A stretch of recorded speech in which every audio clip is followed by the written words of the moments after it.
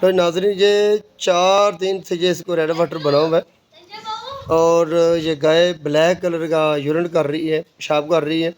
Sir 4 दिन हो गए या 5 दिन हो गए? 4 दिन पूरे हो गए। पूरे 4 दिन हो गए इसको पेशाब ब्लैक कलर का करते हुए। पहले लाल था या पहले ब्लैक ही था पहले दिन से? नहीं हुण भी उदों भी ब्लैक सी ते हुण भी ब्लैक ही है, मतलब ना लाल है हाँ हाँ ते ना काला है।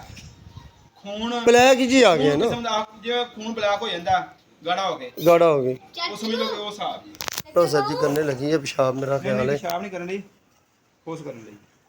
चाचू चाचा बाबू ए हुण गां ने जोर तो बगैर फोर्स कीता, हुण गां दा मेदा सर जी मुझे थोड़ी देर तक जब यूरिन करेगी तो वीडियो भेज देंगे, वीडियो यार मेरे को हुंदा नहीं गा, चाचू फिर भी कोशिश क्योंकि करूंगा। मेरा ना चैलेंज है, मेरा चैलेंज 6 घंटे जे काला पेशाब मैं साफ किया और हज़ारां साहब मेरे मौला ने शफा दी दी। अल्लाह पाक दे हाँ जी आबे हयात से यूज़ की मैडिसन जी लाई नूं आबे हयात कहते हैं, आम मैडिसन नहीं।